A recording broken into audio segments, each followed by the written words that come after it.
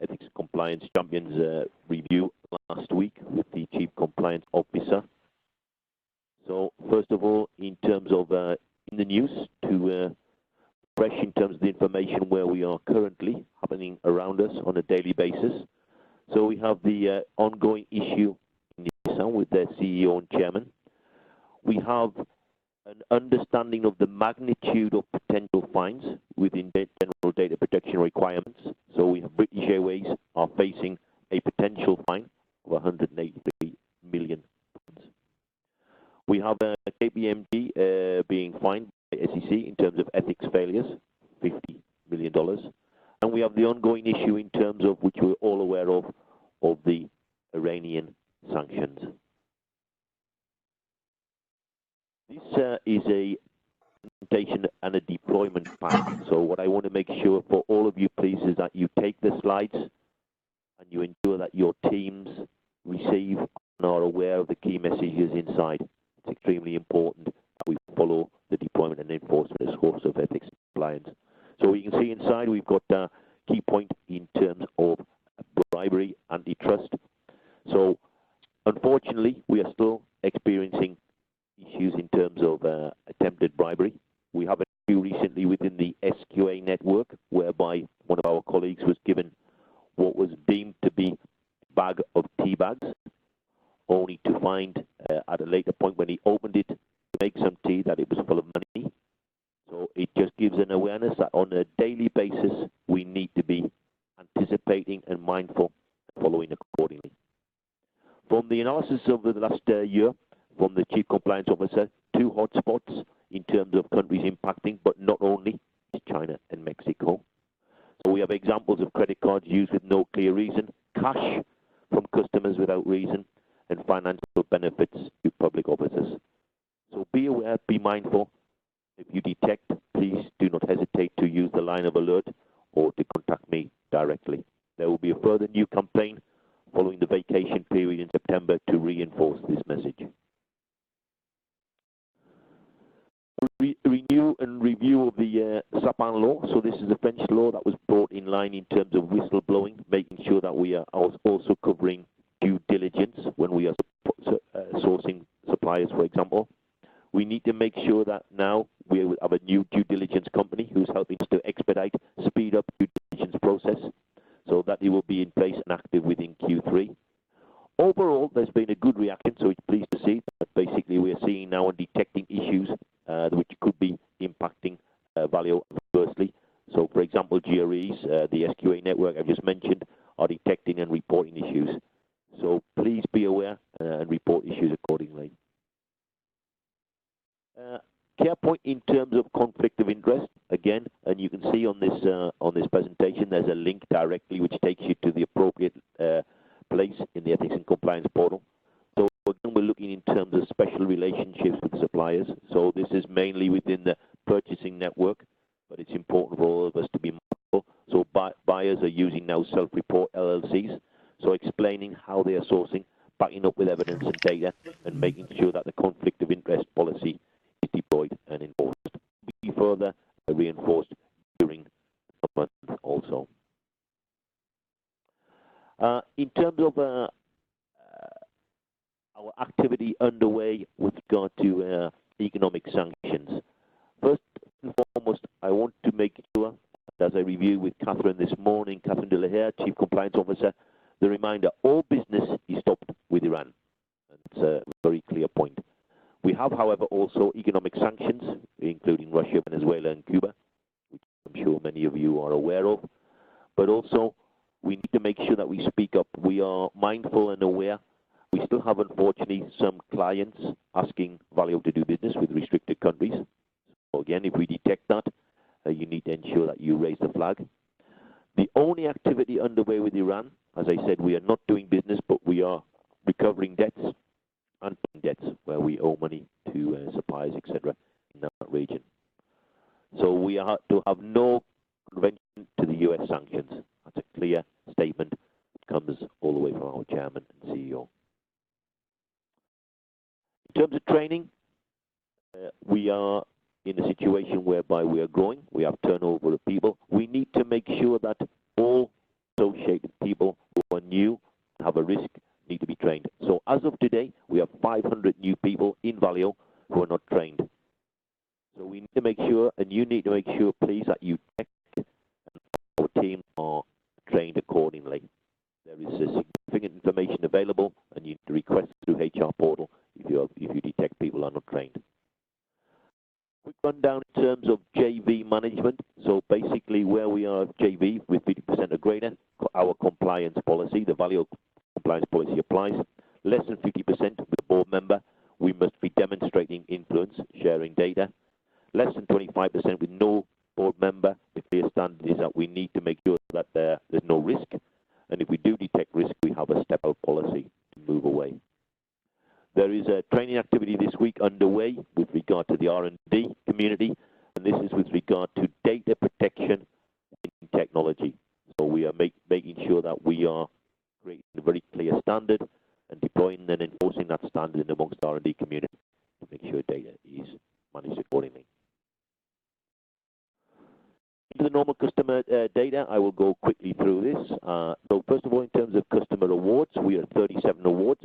However, this is a significant reduction versus last year. So we are now driving in terms of visibility. So please, if you detect an award within sites, please make sure it's recorded within A Squared Pass. You can see here geographical distribution of those awards. And again, basically, who is leading the way with PTS, visibility, DHS, in terms of the overall audit achievement. CarePoint in terms of audits as well, visibility of audit. As of today, we are basically just over 45 audits. And we need to make sure that, again, any audits you detect, it may be an executive visit, for example, is recorded in the A Squared Pass. We do not want to have a situation of Didier Demure or Christophe Peria receiving a call to say, okay, we were on your site yesterday and these are the points we detected. We need to make sure that our executives are aware of any visit taking place and that the preparation is proportionate to the activity to make sure that we have a successful audit. Blockage vehicle hold line stop. So this is activity in compound. Unfortunately, we have a negative trend, so we can see Q1 to Q2, almost more than 2 times, basically 28,000 vehicles up to date in terms of year. So again, I won't go through all of those. Many of you will be aware of them, some significant news. This is the worst case scenario for the customer. This is stopping them from getting their vehicles to end users. So we need to be eradicating this situation moving forward. Please, could everybody put their computer or mobile phone or fixed line on mute? Thank you. So sites at NBOH, there has been an update from GM, basically moving from the initial all of Valeo and NBOH now to the 11 sites, which we know now for Lighting product group. So we now basically need to ensure, and Zubaydah's thank you following this through, to make sure that we are advising our certification bodies into IATF, that is the case, and sharing with them appropriate recovery plans. Key point is that it is very prescriptive in the list of actions which GM are requesting. So this will be a team challenge that we all need to rise to in order to recover that situation. We've got overall 16 sites with the exception of the GM, which I mentioned a moment ago, and the factor behind that, launch control being one of the major points that we see impacting the group. Performance pyramid for 1 month rolling. So again, I'll go quickly through this. We are basically, during the month of June, 76 NC per day, 86% ratio for 1 month. However, if we look holistically at 3 months rolling, and I'm sure for those of you who are using the dashboard and reviewing the now weekly report from Bayern, take a look at the management ratio. The management ratio tells us what? It tells us that what I've been advising now for 2 years is becoming reality. We need to make sure that we only make and send good parts, because effectively now we have our German customers who are no longer willing to negotiate, manage based on our reactivity. So we have effectively one particular customer, Daimler and CV, 1,400% PDB. That's current not willing to discuss, so we are compliant and we're reflecting the customer database.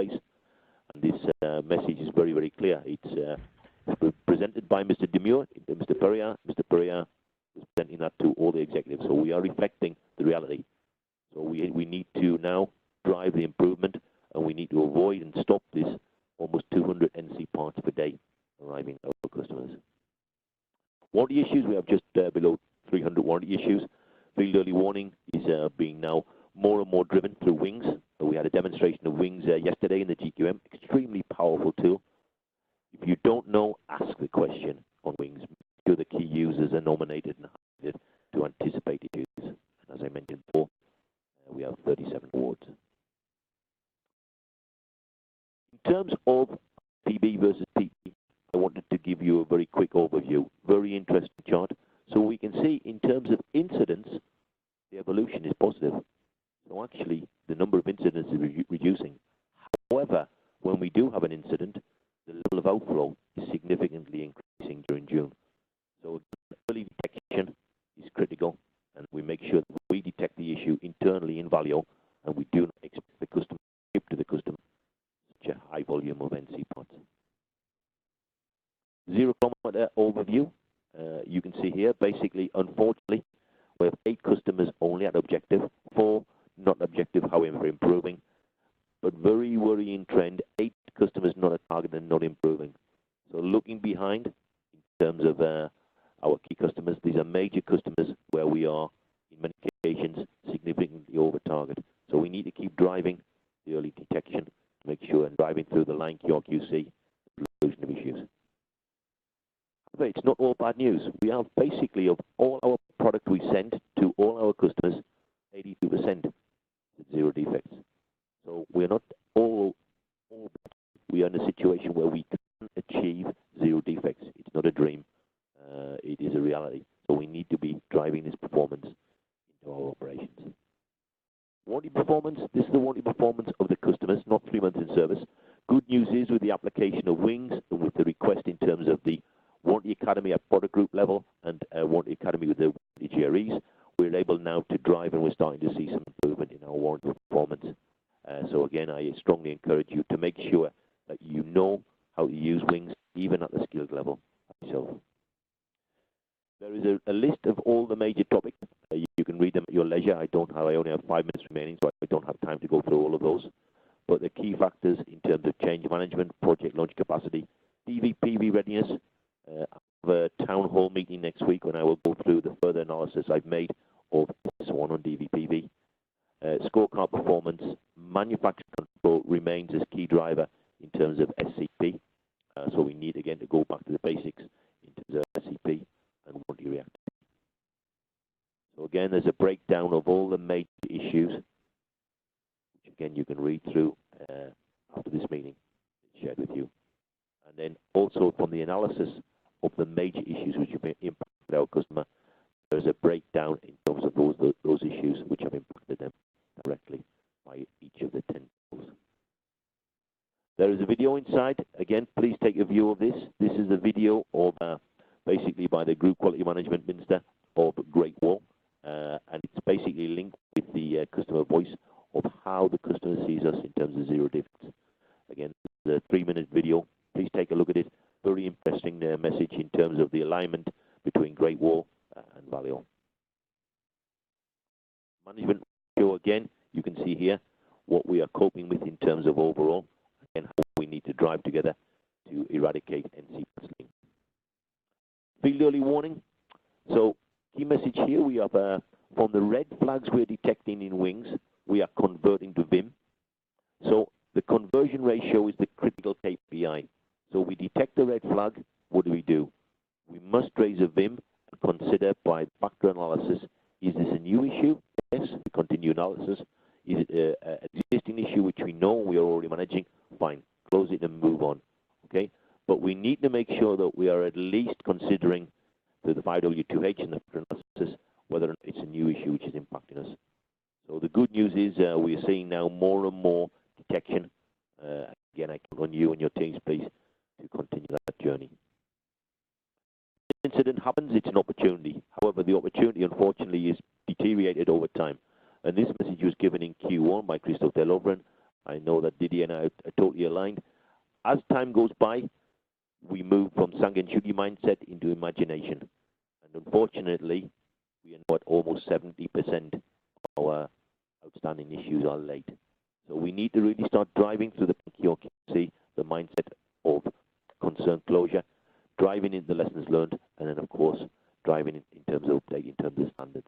So again, please take this on board and make sure that in the Plan QRQC, we are driving that approach to following. You can see here on the lower chart that basically between VLS, CIC, and PS, is almost 60% of the group. So we are working at executive level through the weekly reviews with Didier and myself with those product groups to help. But what we can do to help the plants is to drive it, as I mentioned already, with Plan QRQC. Red alert, level 3, greater than 90 days. So what we can see here now is a good evolution. Yes, we are going in the right direction. So this is the lowest level in almost 2 years. So thanks for that. However, we still, and you can see here in this analysis, have several issues which are open and are sleeping. So if we take, for example, this issue here with 0 kilometer Suzuki, this red alert has been open for 317 days. The last time it was updated was 113 days ago. So for all of us, we all have a responsibility to ensure that we clean this. I will take up the issues in terms of project with the project network and accordingly. But again, this is about discipline to make sure that we are updating red alerts at the right frequency, or we're closing them accordingly as was given in the past. Last but not least is the customer meetings. So again, there's a schedule there behind the customer meetings and a link to the database for all customer meetings. So again, visibility of those is critical. Okay. That concludes my presentation for today. I'll hand back to my colleagues in Bayern. Thank you, David. So I will start today with the SQA presentation. And before I start, I would like to check if you all received the chat from Richard. So if you could please answer to the chat that you received from Richard to make sure that you received it, because this is the way we will collect questions today. As I already mentioned last time, I was disappointed by the level of questions that we had. I want to believe that this is because we are not giving you enough time. So please take advantage of the chat function that we have in WebEx to ask questions on the slides that you want, and we will be happy to answer to you. So please answer by OK, at least to show that you have understood the instructions and that you know how to use WebEx chat. Otherwise, we'll go back to the standard old-fashioned way to... Thank you very much, Gail. Okay, so SQA. Results of the end of the semester. As you can see, the column is quite green, but I told the SQA network last Tuesday when I had the quarterly meeting that I was not happy, and I was not happy for different reasons. I don't like to see in May values that are dramatically higher than what they are in June. So if I take, for instance, the UIS was at 650 in May, 489 in June. You can say, well, okay, good improvement. Not really, because we are just slightly below where we were in December. So, and this is something that I would like that we understand all, is that we need to work on continuous improvement, and we need to work on real data. I will come back to that a little bit later, and David already started to mention it. So, how did we end up? We ended up with 77% of initial samples approved before ValetWeb DPR. But once again, we had a reduction by half of the number of PQA that was supposed to be approved when we enter in the quarter and what we really approved. In other words, we have to shoot for 50% of the targets that are moving. Unfortunately, we missed the good PQAs because we were not even able to match the same performance at the end of December, which was 81%. One good news is the reduction of the unapproved external initial sample without validation at SOP. We started at 58. We never counted in 2018, and that was a change that I requested in 2019. We started at 58. We ended up at 27, but May was at 90. I would have preferred that we steadily reduced to achieve 27 at the end of June. US, I already mentioned. Unapproved external supplier at customer SOP, still 483. So this here, the reduction was a little bit more progressive, but we still have at Valeo 483 components that we're using in production with initial samples that are not approved. Number of incidents during the probationary period, 129. This is a concern because we are increasing, it's potentially linked to the number of SOPs that we have towards the middle of the year, specifically in some regions. But in any case, incident during probationary period means that not only the control plan is not able to protect the site, but also the CSL that we are putting in place during the probation period is not effective. And therefore, we have a double weakness in our PQA process. Refuse or deviated yearly initial samples 480 and the late initial sample, yearly initial samples 2,500. This, now we are stable through 3,000. We need to stay there. Once again, a supplier which has refused yearly initial samples should have a deviation. Otherwise, it means that we are accepting to use components which are not compliant and non-conform. IPB. We were 132. We have seen the reduced effect of the change of rules that I requested at the beginning of January, which is no more CAs, first C2 and then CA. As you can see, we've been slightly reducing, and I'm expecting to see another impact during S2. So in conclusion, we are not yet zero defect, neither in prevention, nor in conformity, nor in reactivity. So we see here on this slide that the key impacting commodities are still non-ferrous and plastic, B and C. And I show you later that we will be kicking in S2 the confirmation PQA. Congratulations to the team. This indicator that was kicked off more than a year ago now was meant to ensure that we were able to notify the PQA within 2 weeks of supply nomination, and that SQA engineers were launching the PQA within 1 week of being notified. We have been achieving for the last 5 weeks now best ever performance at group level with less than 100 notification which is late, and less than 20 with notification with launch which are late. So congratulations to the SQA team and to the project purchasing team. We also need to realize that we have some backlog. When we see that we have, for instance, in PTR or in TC or CIC, the notification which is late by more than 6 months, it means that or we lost 6 months in the project, or indeed the PQA was not properly set up. So yes, we are improving on the notification and the launch. We still need to work on the quality of the draft that we have. Here will not spend on time. So we gave some awards at the end of the semester, just like every semester. The third team was TPT. The second team was TCP, and the best one was PTR. So congratulations to the teams, TPT, TCP, and PTR. And I gave an award to Otman, which is PTR PG SQA manager, to Fabrice Litovec, which is TPT PG SQA manager, and there was nobody from TCP because Niwasan is located in Japan. In terms of commodity, the steel commodity was the best, and I gave the award with Damian to Jean-Christophe Drevet-Calais.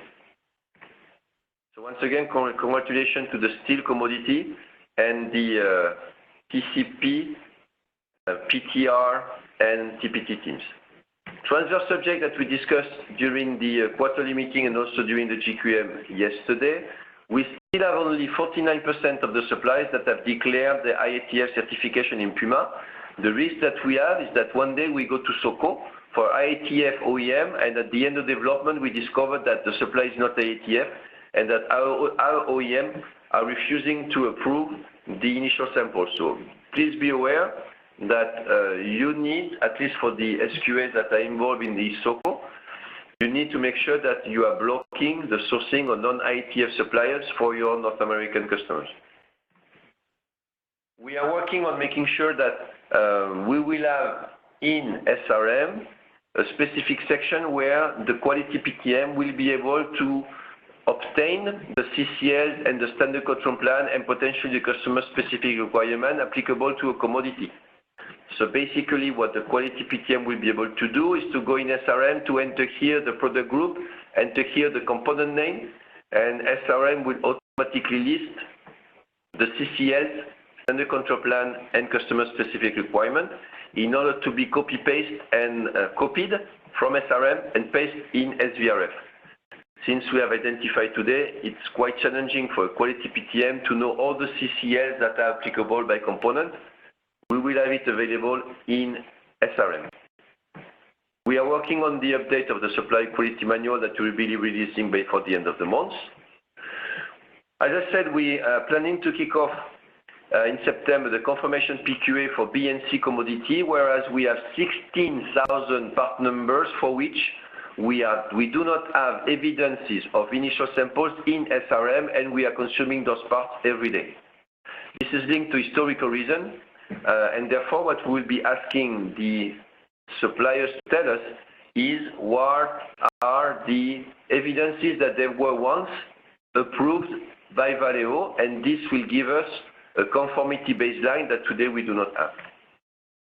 We have also deployed in the last quarterly meeting a functionality of the extraction of SRM, which is allowing the PG SQA managers and engineers to see in the PG group perimeter what are the status of the PQAs that will be the SISV that will come in the next X month of days. So here, as you can see, we've made at group level an inquiry with between now and 30 days. So in the next 30 days, we will have that amount of SISVs, and as you can see, some of them are still in draft. Some PQAs are still notified only. Some of them are still in SVRF, which is clearly demonstrated that we have something which is not fluent in our PQA process.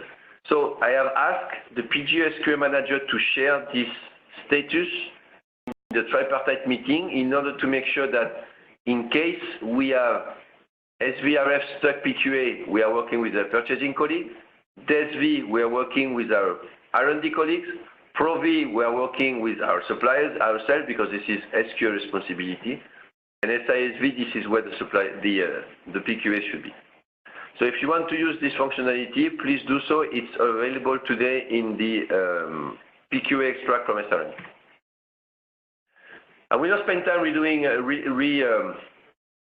re-explaining the crisis that we are living currently on, with Renault and the T4, but I just wanted to share with you what we are planning to do and what are the lessons learned.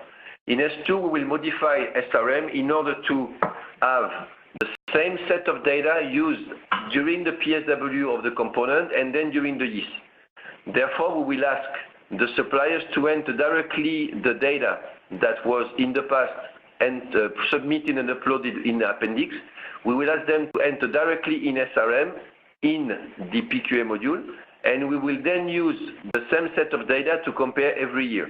That will ensure that we have continuity of the data between initial samples and the yeast, because we've seen that some suppliers are uploading yeast with different set of measures than what has been requested during the initial samples. And because the data are in two different modules, it's sometimes quite complex for the site QA to go to the PQA to make sure that what is submitted in yeast is similar to what has been submitted in initial samples.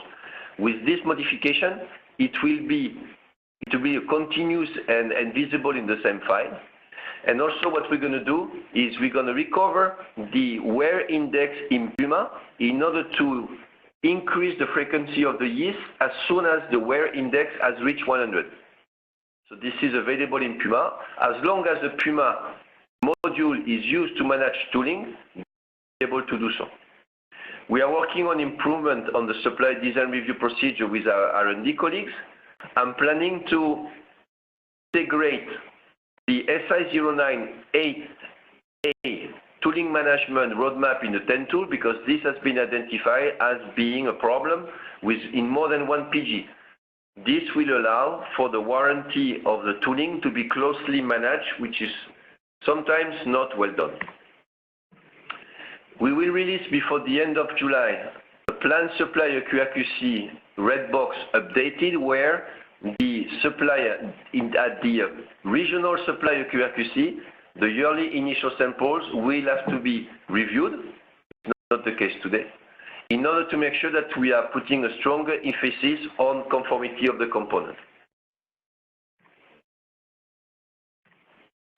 S2 objectives, very similar to what we had in S1 in terms of content, except one notion which we will try to introduce in S2, which is that some customers are accepting that we launch or that the PV is performed with a certain level of maturity which is inferior to the SISV of Valeo. It doesn't mean that they do not want the component fully approved, but they are accepting. For instance, Volkswagen is called NOT 1. In BMW, it's called minimum acceptable level, I think, MAL. But we do not have such a maturity, intermediate maturity level in SRM. So I've asked Vivek to work on being able to introduce in SRM after Pro-V, so that the project team says this is the minimum level that our customer is accepting at FDPR, in order to make sure that we do not measure the quality, the performance of the SQA team towards the standard which is not the supplier, the customer one. So otherwise, all the other objectives have not changed. That's all from the SQA standpoint. And so far, we have no questions. Bon. Let's go to the quality section now.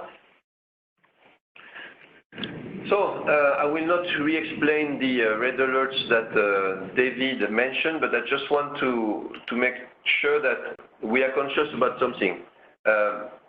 Capacity and logistic is, for me, the mother of all the quality problems.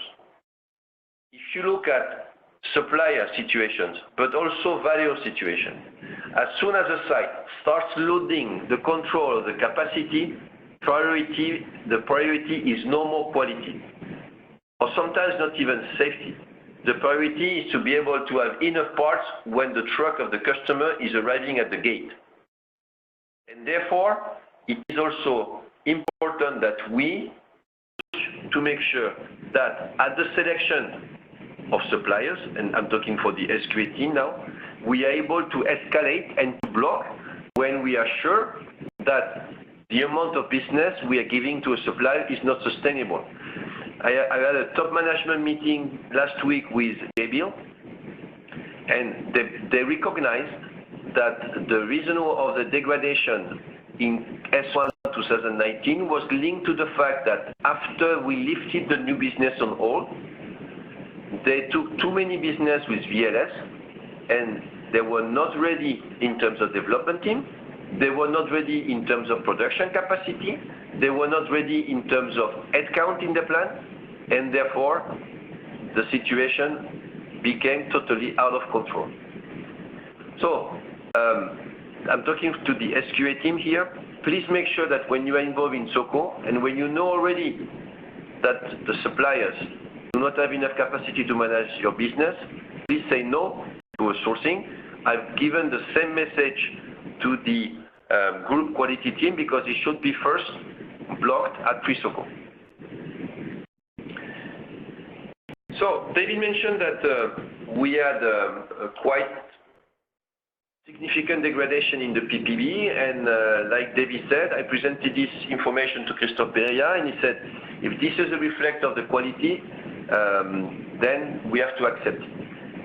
This degradation is linked to one specific item, but we should not forget that inside this number is missing 1,000 parts that were declared too late, and we didn't have the time to change the reporting. So we could have been even worse. We could have been around 30,000 without with this camera issue and also one CIC issue. If we remove the camera, we were at 6,412, which is better than May, but still far from when we were at the end of 2018. But once again, what is important is that we all look at figures which are representative of the amount of issues that we are, or bad parts that we are sending to our customers. Variability reduction pilot launch in China is another word to say that we are launching steel workshop in China, in Valeo sites, on most impacting stations. My expectation is to be, I will be in China in September in order to see if what we've been applying with the suppliers during 4 years is also bringing results in Valeo, and if yes, then I will find a way to include it in the Valeo toolbox.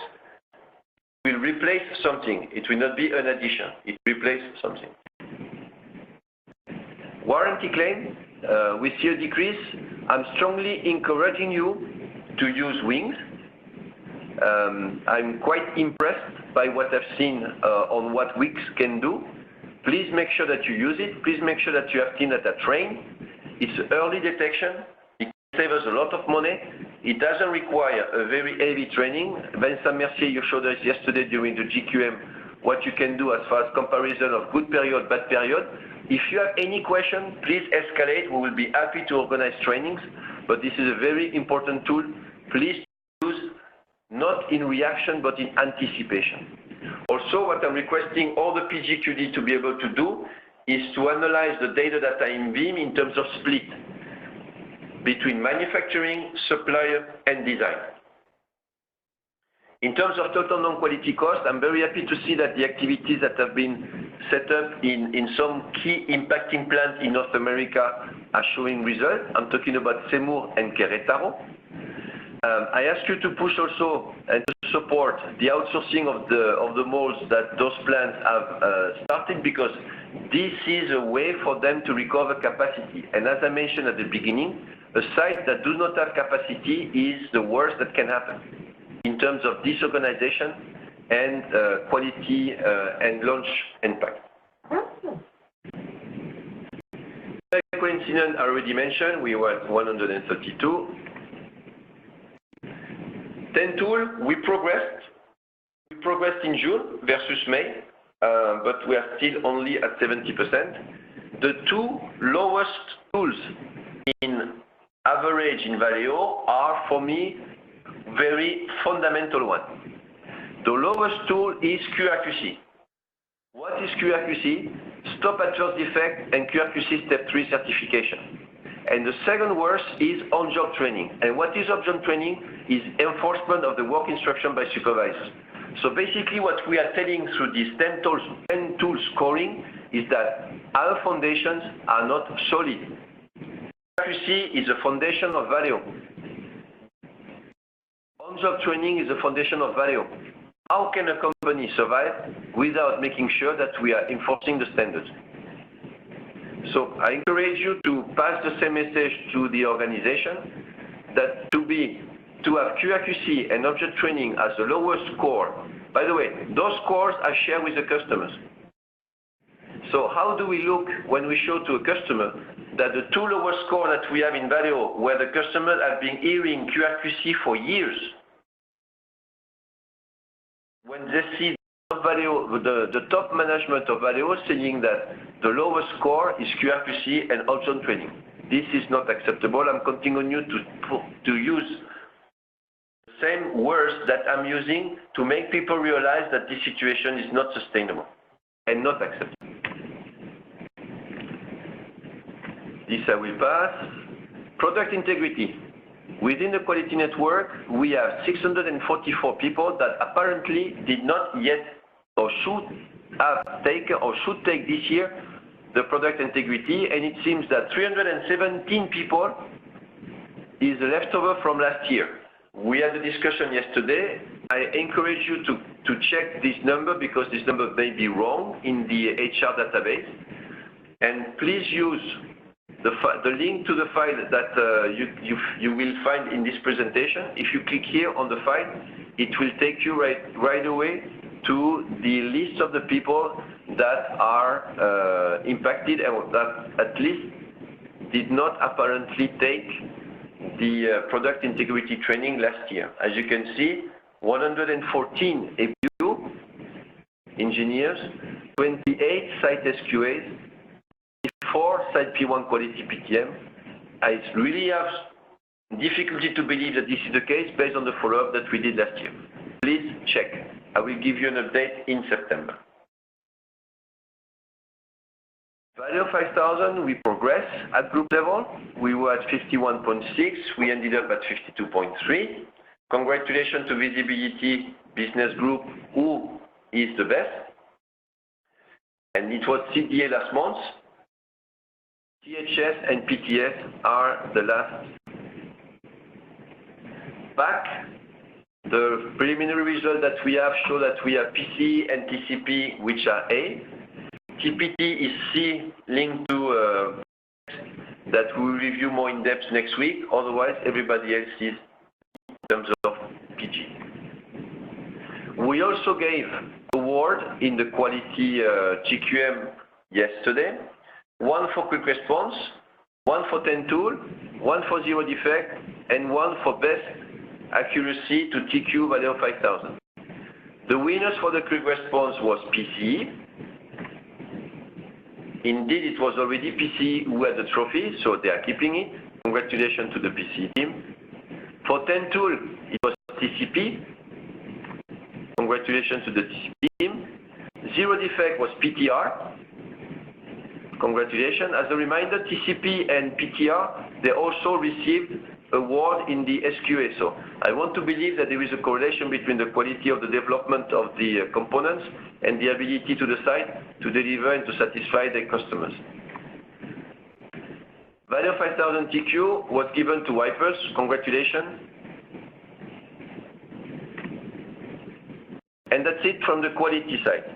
I sent 2 days ago a list of the sites that are being engaged or that will be engaged between September and October on the latest round of audits for the Valeo 5000 contest.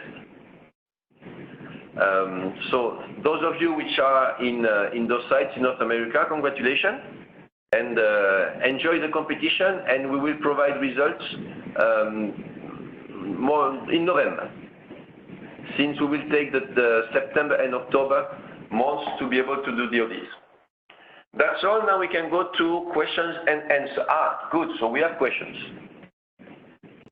Can you share your screen, please, Richard? I will stop sharing, and Richard will share the questions.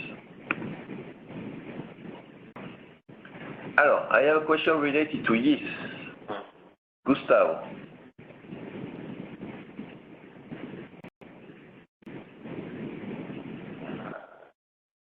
C'est bien truc.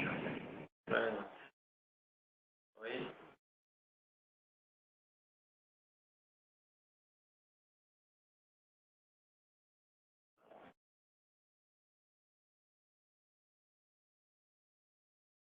Not my model.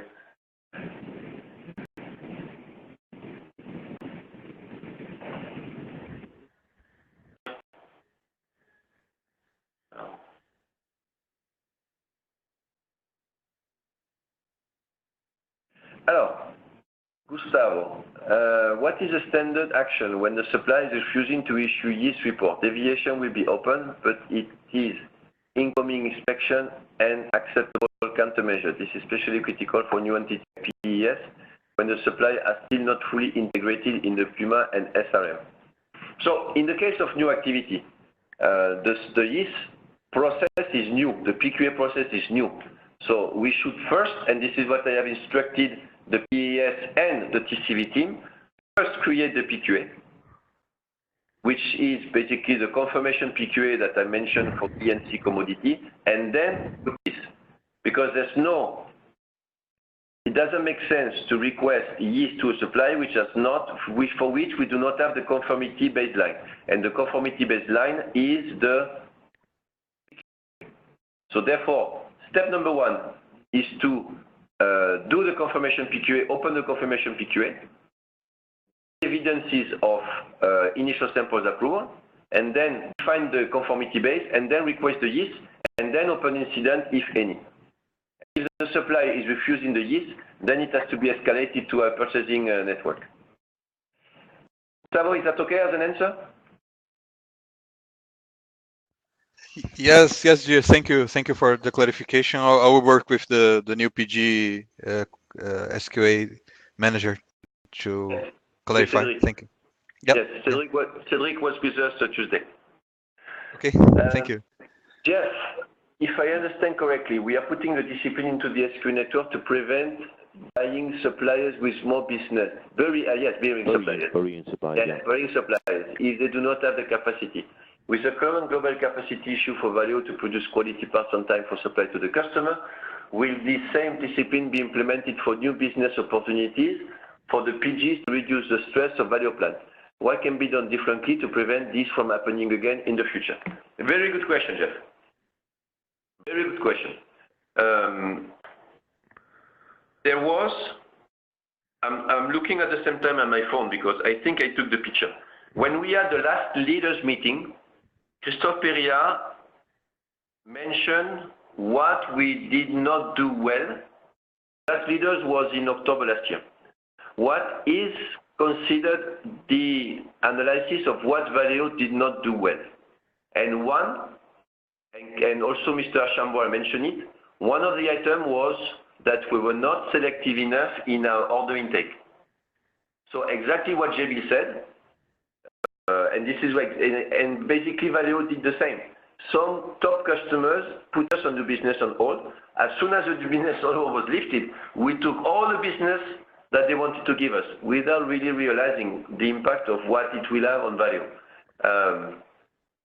I guess good news is that it's recognized at Mr. Archambault and Christophe Périllat level, and we are now being much more selective in terms of business acquisition.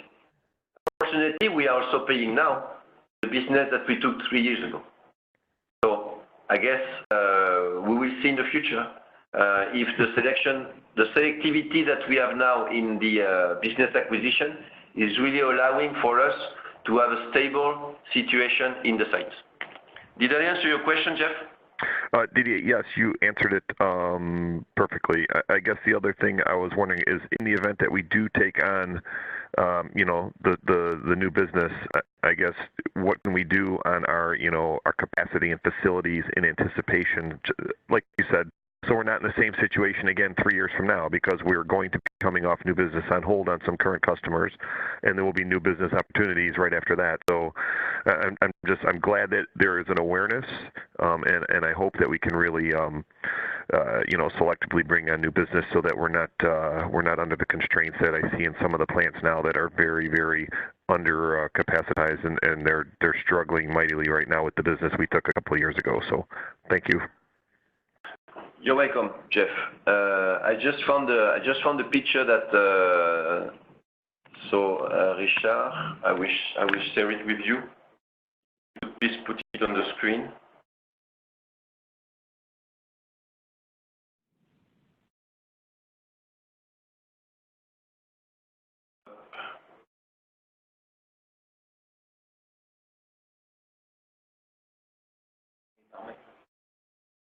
Amazing.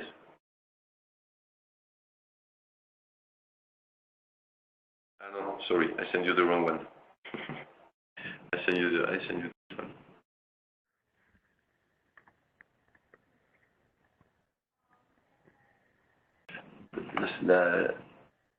Okay, Didier, can you share the sites participating in the Valeo 5000 competition? Yes, I can. So while Richard is opening the mail I just sent him, I will pull up the mail. No problem. Thank you, Didier. C'est le second. C'est pas celui-là.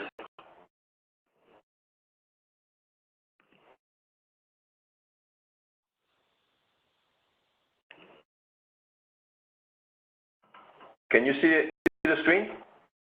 Yes. Okay, so these are the lessons learned from the person you see in the middle is Christophe Périllat. So order book profitability, project complexity. So those are 8 internal mistakes. So to cure yourself, the first step is to understand and to accept that you are sick. So what did we say? Christophe Périllat said, the order book profitability was a problem. Project complexity, project management weakness, productivity improvement, investment control, operational excellence, aftermarket potential, complex software development. So some of you may relate some to the difficulties that you have in your operations. Software development was more in Europe, honestly, more on the CDA. Investment control was in most of the PG because we sometimes invested the means that we need, and when the means that we need, we were not selective enough. Project complexity, I don't have in mind in North America or in Brazil any complex project that challenge our organization, but in Europe, yes, definitely. And order book profitability, yes, we had some. We are launching projects some projects in Europe with substandard gross margin. Okay. So for me to share now. So if I can make just a quick comment there, Didier, for everybody who's online at the moment, that the slide which Didier is showing is obviously from leaders, so it's confidential data. So in terms of sharing information outside of this team, you are required to so that you do not share it outside. Okay, so that is from a compliance perspective that you need to keep internally within Valeo, and I expect you do that. Okay. Yes, we will not share, David. Okay. David, just in your comment, Gustavo speaking, I found it very important to share with the Cogeering in my site the information about compliance. Is it okay to share it like the way it is, or should I ask? No, it's exactly good to share it the way it is, and the reason I do that is to try to help you, because I was explaining this to Catherine Delea this morning, that the way I structured it, since I was nominated by Christophe Delouvren, is that it's a deployment pack. So you don't have to do anything more than read it and deploy it and enforce it. And if you have any questions, then my job is to help you, so you come back to me. So you can, by all means, just take the information and make sure that the message is carried directly to the teams. Okay? Okay, thank you. Thank you very much for the question. I see that we've got a question from Guillaume. First we will display the site that I okay. Thanks, Didier. Okay, so production system from North America, we'll have San Luis Potosi. From IP in North America or America, we'll have San Luis Potosi and Rio Bravo. For product development, from Americas, we will have Juarez, wipers. For supply integration, from Americas, we will have no one. And from the Grand Slam, which is the 5-ax, we will have wipers San Luis Potosi. So congratulations to the teams, and enjoy the competition, and I hope that we will be able to give awards to the teams in North America. Thank you, Didier. Is there a way that you could share that email with me so I can share with National Direction? Yes. Thank you. Okay, next question. Okay, the question is me, Guillermo. We have GRE at plants with very low value activity and of downtime because no sales. Is there a plan to review and redefine the mapping of the in North America? Okay, thanks for the question, Guillermo. So basically, in terms of the organization of the GREs, the term that we use is geographical coverage. And geographical coverage started 5 years ago, or more, like maybe 6 years ago, which is looking at the average number of sites that the GREs are covering within their specific region. And we work also in the same way as SQA. We don't want everybody just traveling all the time, spending in transit, but we want to make sure that they're spending no more than 15% of the time traveling. We have at the group level currently, we've just increased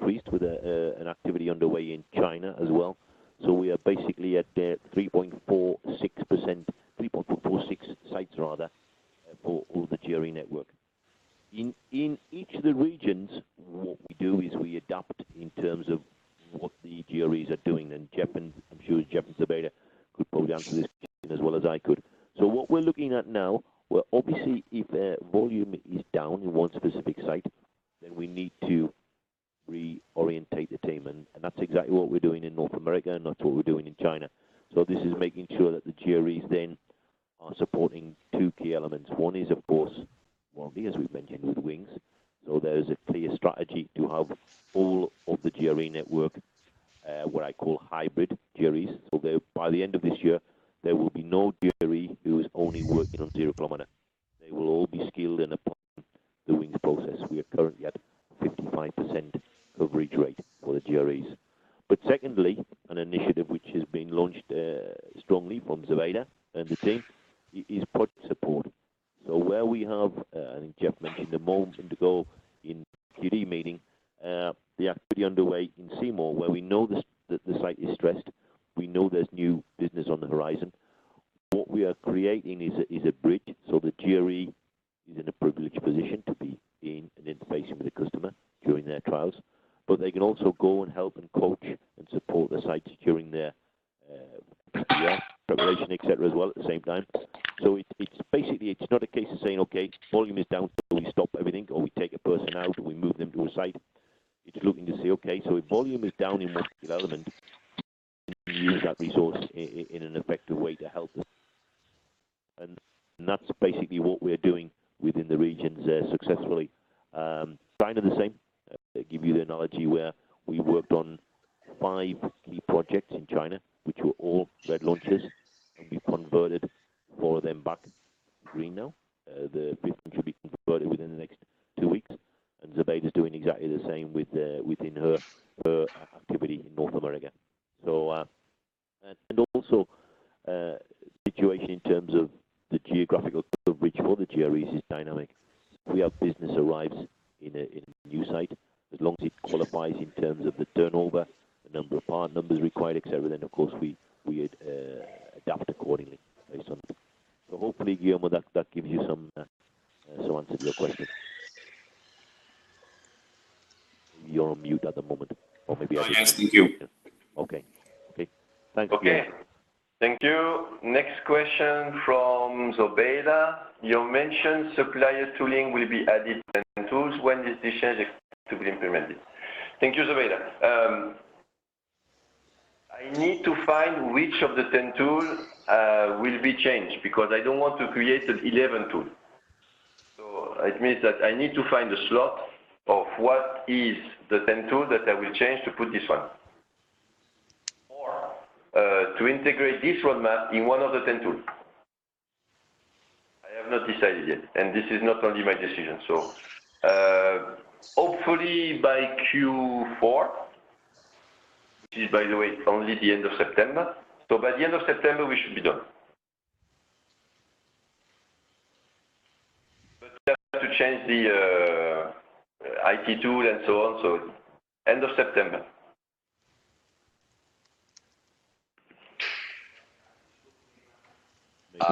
Maybe you're on mute, Zubaida. Maybe your phone is on, or maybe we lost you.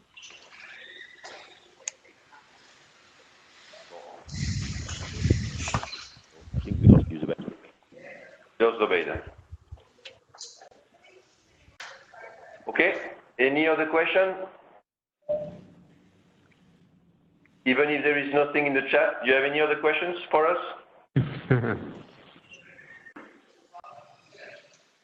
Hello?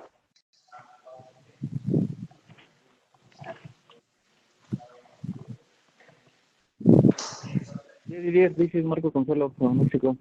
Hola. Hola. Can you explain a little more about this calm in the supplier in depth? Sure. I would like to understand better what it means. For example, if the customer requires process validation, supplier process validation level, will we measure this milestone instead supplier initial sample validation, or what is the intention?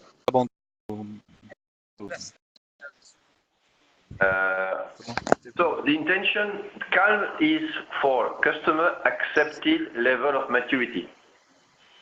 So it means that after ProV, project team would be required to select from the ProV plus SISV deliverables what are the ones that absolutely need to be complete in order for the FDPR to be performed at the level of maturity that the customer accepts.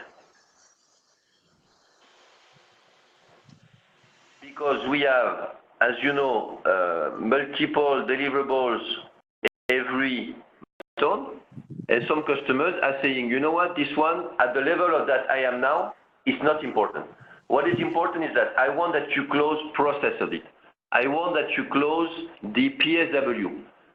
Everything which is update of SVRF, blah, blah, blah. Okay, so this is fine, but this is not part of my requirement. This is your requirement value. And at this stage, what I want you is to focus on my requirement. And therefore, this is why we would ask the project team to select from the value milestones what are the ones that the customer is considering as mandatory to be achieved before the run from which the part will be extracted to run the PV. Okay. Okay. In BMW, I think it's called MAL, minimum acceptable level. In Volkswagen, it's called Note 3. So it's an intermediate level of maturity, which is not Note 1 like Volkswagen is asking, which is full PPAP. It's intermediate level. And why? Because per VDA, the customer, our OEM, do not have the right to submit for certification to the German authority a vehicle for which the components are not all Note 3. This is German regulation. Note 1, minimum, Note 3. Okay? Thank you. Yeah, thank you for the clarification. You're welcome. Any other question?